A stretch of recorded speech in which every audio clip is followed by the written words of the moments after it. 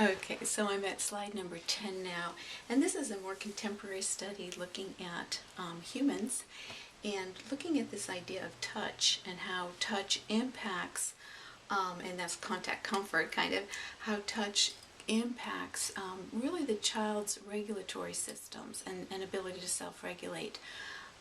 This you have actually this study in your packet of materials, so you can look at the original study here. But interestingly enough, this is a still face study, which is one of the ways the attachment theorists study human attachment, is that the mom and the baby will be together, and the mom will, what we know about attachment is a lot of the neurobiology of attachment requires is a synchrony, and that's in another one of your research, one of your background studies, synchrony, which means there's a synchrony in touch, in gaze, eye contact, in vocal tone, in movement, in let's see, I think those were the primary ones. It's a synchrony of all the senses. And this is kind of a right brain to right brain synchrony, and the mother doesn't necessarily have to think about this or make a decision. It comes almost automatically, which is where we're operating more in that right brain.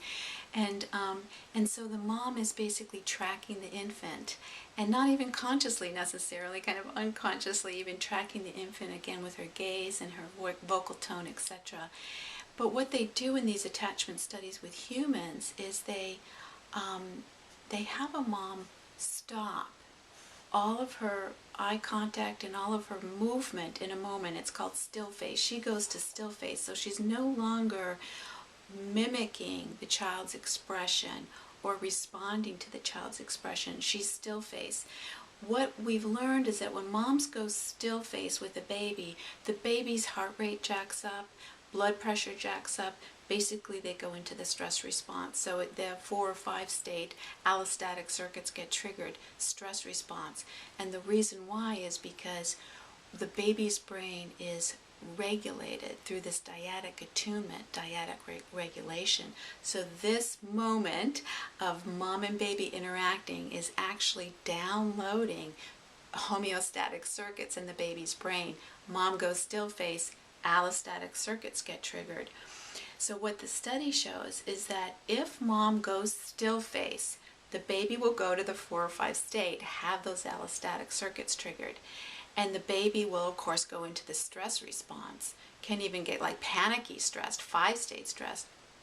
But if the mom touches the baby and does some sort of touch during that still face, so no reaction on her face, but touching the baby, maybe I should be doing this, we could model it with each other, the baby does okay.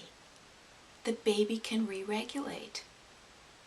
The baby can move away, back up to homeostasis.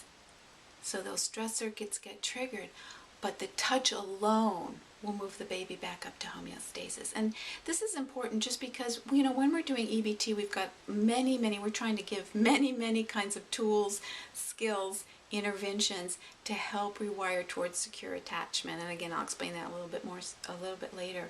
But this is just one of those small studies that show just how important touch alone is.